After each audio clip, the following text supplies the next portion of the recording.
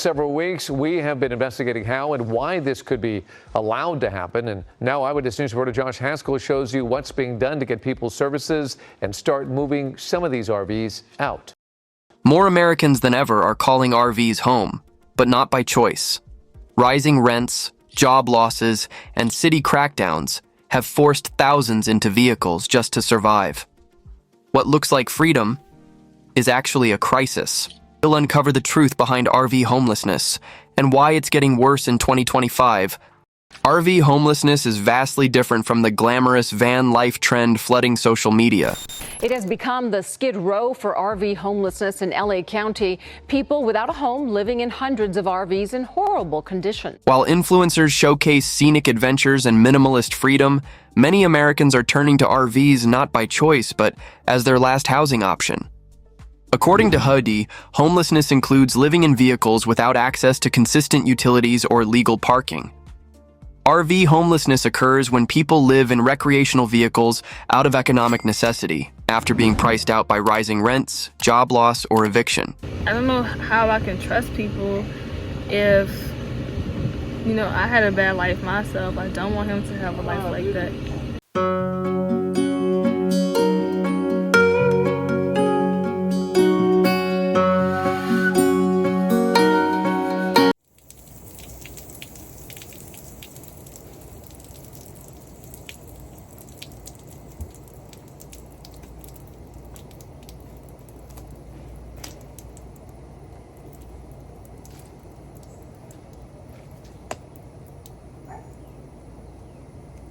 There has been a leak on the water hose pouring out right there. He put this other valve in there. I would say it's like a little circle piece, and it wasn't pouring out like this with the piece that I had originally. Now it's just like gushing out.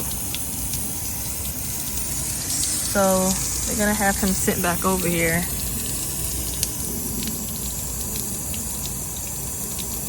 But yeah, I feel like I'm kind of the one making all this water, even though it does rain a lot. This is not good.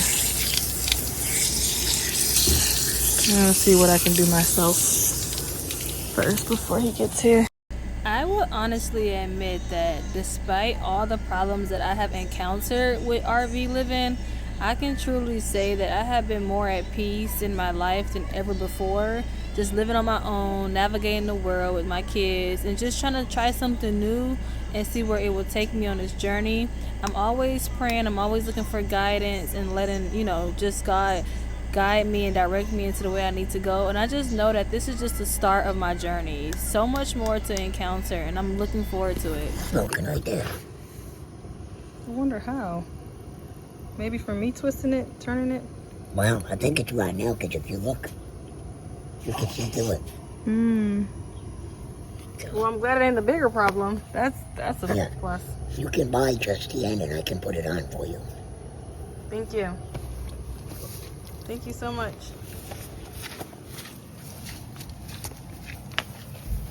Okay, I'll see you later. But I am honestly sick of being here, or at least this RV. Inside is not so bad besides the leak at the top. But yeah, I feel like RV life could be a bit better than the struggle side of it. Yes, boy? Wait, mosquitoes in here. Stay to the side. I did see a roach fly in here too. A roach? Yeah, but I couldn't get to it in time. Some of the things that I have noticed about my RV that comes with its problems, I have honestly been trying to conquer it by getting it fixed and stuff, but something I'm afraid of admitting to myself, this may just have mold in it. All right, come on. There are a lot of things that are overlooked with starting RV life. Some things I don't try to engage in because I have yet went through it, or I just tell myself all the time, like, other people's problems is not my problems. I'm gonna have my own problems, and God is gonna walk me through that. So I look forward to always looking at the enjoyable moments and living in the moment where I'm just like at peace. I'm just like waiting for, you know, good things to come our way, and how we can experience this life as something that can be a stable decision for me. So one thing with that was inviting family over. I think this was a well overdue time for the children and me and my sister as well. Like letting her insight to seeing how RV life could be and seeing how it can benefit her and her children. Also letting her know the ins and outs of what it comes with as well. Like it ain't just as easy, especially with us being single moms. I've honestly tried to make the best out of like having family over. But it did get overwhelming, I'm not gonna lie. Me and her both being single moms and all the kids in a small space, and it's just I was taking on more than I can bear, and sometimes I just give without like receiving what I need as a single mom as well, which is just peace, time, quiet. We are outside planting. We got carrot, basil, tomatoes. Malachi, what else we got? Oh, and spinach, I believe. This Genesis and Malachi. Let's use this cover. It's gonna be really good. RV life has brought balance to my life. I've always grown up living with other people, either if that looked like foster care or housing, rooming, or just like, I don't know, it got to the point where I would share a couch or share the floor. I feel like family time come with balance. It truly does. I don't like to be in people's face all the time, and I just like to balance it out.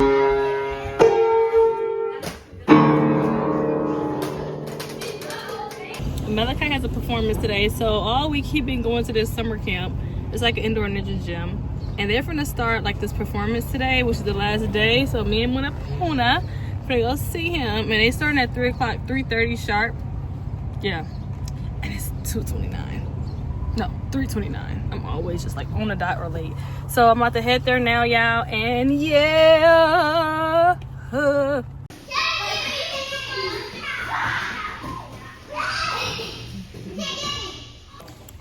You see Mackay?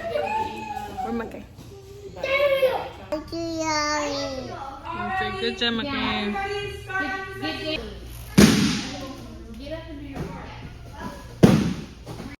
One thing I've really been wanting to address with RV living is that I know that I'm not going to be stationary for long periods of time, and that may look like trauma for me because I don't know, like people are starting to ask about Malachi going to school and, you know, the baby going to school and whatnot, and social life. And I feel like social life is gonna we're always outside, so we're doing something, so that's gonna come. But like, I feel like, am I directing my children in a way that I am living from trauma? Like I've jumped from house to house to house, or this place to that place, you know, and so am I giving it to them in a good way? My intentions are well, but am I doing this out of like a way of running from my trauma, like, or embracing my trauma? Like, I don't know how to like really understand and put it, but I just feel like, I don't know, like my intentions are well. I want them to see more and observe more from different places and not be stationary. There's so much to experience,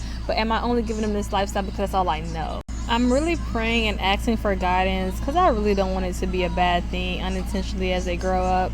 She's thirsty. Alright, now one by one, they're gonna come up and share what they've learned this week. Alright, Malachi. Stand still. Can you say your name for the audience? Sing a song. What did you learn this week about being a kid song kid? Making friends. Making friends? Perfect. When he just said making friends at his Kids Strong performance, that's when it also hit me like, man, how can he have long-term friends? How could he actually be like stable as a kid? You know, I didn't have childhood friends growing up because I had to always jump around. So I really want this for my son and my daughter. And it's just like, how could I make that work with also living the desired lifestyle that I want him to live? It's like I'm limiting my kids to a basic life if I don't continue with RV life or with traveling and stuff. There's so much more out here that he can learn, see, experience, and really enjoy, to like build himself up as a man. That's all I want. I don't want to be doing this the wrong way, y'all. I really don't. And sometimes it hurt because I don't know what direction I'm going in life. This is like the meal prepping business that I wanted to do. See, sometimes it don't vacuum. This pie and soy are only $3. Oh, look at me. I see you.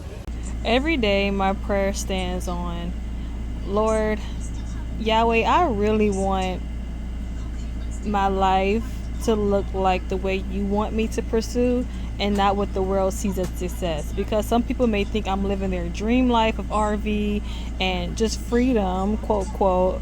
But if it's not from you, that I don't want certain things in life. I just only want to live the direction that will help me succeed, and that's only coming from God. D. E. It's an E for elephant. Good job. Keep going. I know how to write this now. That's a little E. Now you're doing the letter F. Yeah! I'm gonna keep believing that God had his hands on me and my children, and that we will succeed because we wake up every day to live by him. As long as I put him first, there's no other thing around it.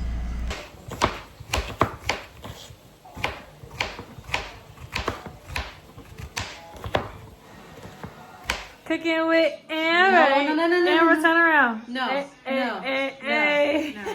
That's what we're not gonna do. I know who that is. What's her name? Cooking with Kaya. No, it's Nay. Alright, put this all going in there. Ooh. Sometimes we don't mention how we feeling, but we feel it, and there's no way from running from that. So I left this home that became my home when I was a teenager, and Amber was much younger, and I missed out on her life a lot. And when I come around her now, present day, she typically will mention some things about it, and I don't like to say much. I like to laugh it off as my defense mechanism, but it does hurt to see that, like, you know, this woman opened her house to me. She allowed me to be a part of her family, and then it's like, you know, trauma and stuff that I was going through as a kid, I just ran off.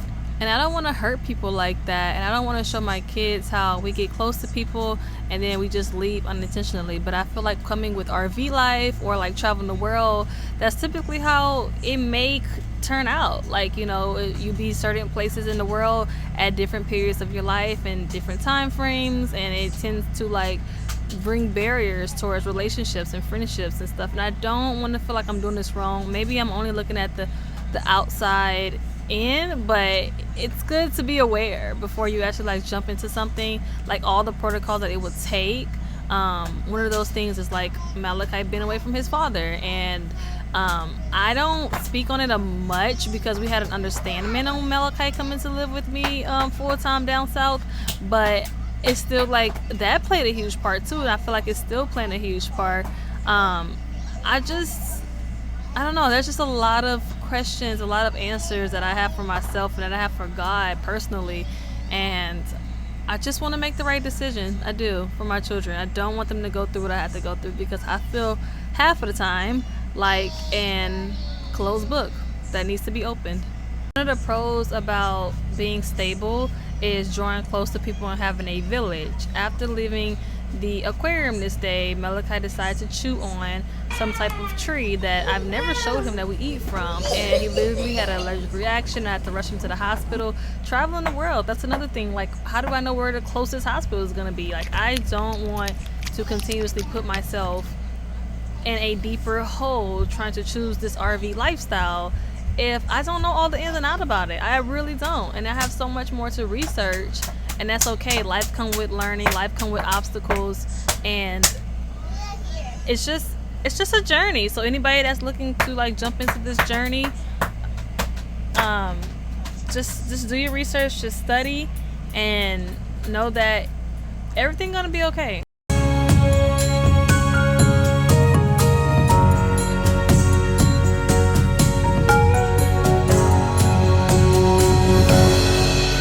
You got it. Turn it this way. Say, I'm learning to light a fire. Turn it more. Turn it again. There you go. Whoa, now put it up a little bit so you can see the fire. Look at that. You did it? All right, that's enough. All done. Say thank you. No problem.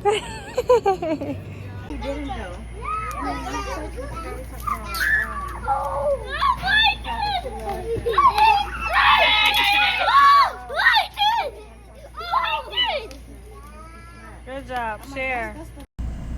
They say it take a village, and I believe it does. I've always had in my heart that I desired a family, like a big family. I've always seen myself this way because of my broken family. So when I'm able to have these moments with my child and my niece and my nephews, it also makes me like just be thankful. Like I'm so thankful that this is even like an option. There are some nephews that I have, some nieces that I have that I don't get to see, you know, that I don't get to share that rich auntie vibes with. But I'm just so thankful that the ones that are around, it's just a blessing, you know, it really is. Wow.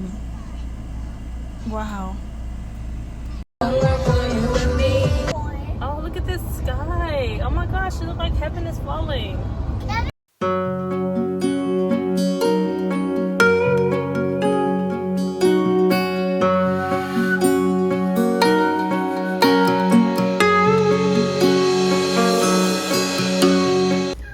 Good afternoon, y'all. I'm with Abby, and Abby is starting her journey. So we in Walmart. She's getting a 2-burner camp stove. 2-burner camp stove, and then she also gonna need propane. So this is the propane that she's choosing. Her And then I'm gonna get all-purpose. some off. She's gonna get some off. That's just perfect. It's going to wheels. You can pull it. Ow. Girl, I am chopping off my nails. So we just found this stove. Y'all know how people use propane? We use butane. We so corny. But look, this is butane. It's fuel that can fuel a stove like this. And it's cheaper. Definitely, that's $2. Propane is $9 a can, so. Okay, baby. Okay. Are you okay, big boy? Abby, you getting propane? Butane? Let me see. Okay. Oh my gosh. Guess what? Guess what? Look at this smokeless fire pit. Oh, here goes a smaller one. Hold on. An outdoor fire pit. Look at this one with the handle. Hold on.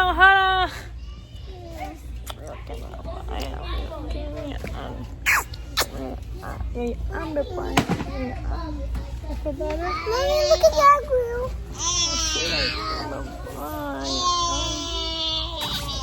Mommy, that one. Just look at that one. Big boy. Mommy.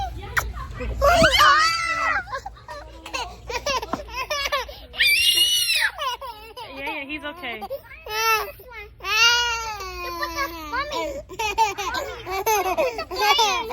Okay, too much going on. Oh.